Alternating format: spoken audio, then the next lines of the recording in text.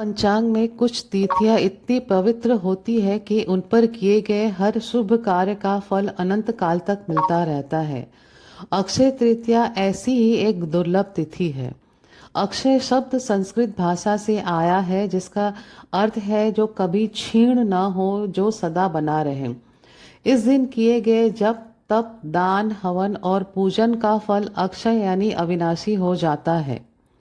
वैशाख मास के शुक्ल पक्ष की तृतीय तिथि को यह पर्व मनाया जाता है। 2026 में यह पर्व 19 अप्रैल को आ रहा है, जिसका शुभारंभ हो रहा है 19 अप्रैल प्रातः 10:49 और जिसका समापन हो रहा है 20 अप्रैल 7:27 पर इसका समापन हो रहा है। अक्षय तृतीया का इतिहास हजारों वर्ष पुराना है। पुराणों और शास्त्रों में इस तिथि से जुड़ी अनेक महत्वपूर्ण घटनाओं का वर्णन मिलता है, जैसे कि यह त्रेता युग का आरंभ है, भगवान परशुराम की जयंती है, माँ गंगा का पृथ्वी पर अवतरण है, अक्षय पात्र की प्राप्ति है और सुदामा और कृष्ण का मिलन भी माना जाता है। जैन धर्म में अक्षय तृतीया का विशेष धार्मिक महत्व है। इस दिन भगवान ऋषभदेव ने एक वर्ष के उपवास के बाद इक्षु यानी कि गन्ने के रस से पारणा किया था, इसलिए इस दिन को अक्षय तृतीया भी कहते हैं। विष्णु पूजन, यह तिथि भगवान विष्णु को समर्पित है। भगवान विष्णु जो सृष्टि के पालन करता है, उनकी आराधना इस दिन विशेष फलदायी मानी जाती है। अक्षय तृतीया की पूजा की विधि काफी सरल है। प्रातः काल स्नान करें, यदि संभव हो तो पवित्र नदी या तीर्थ में स्नान करें। स्वच्छ वस्त्र धारण करें। पीले रंग के वस्त्र इस दिन विशेष शुभ माने जाते हैं।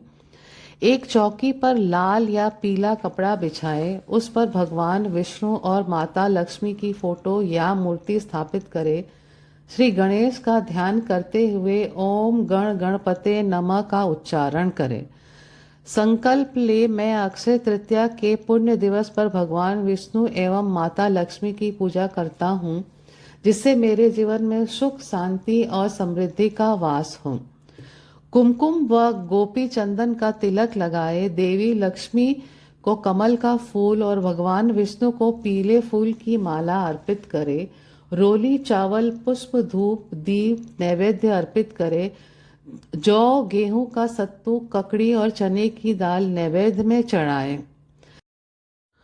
भगवान विष्णु और माता लक्ष्मी की आरती करें। पूजा के बाद जरूरतमंदों को अन्न, जल, वस्त्र और फल का दान करें। धार्मिक मान्यता के अनुसार इस दिन कलश की पूजा की जाती है। बिना कलश की पूजा अधूरी मानी जाती है।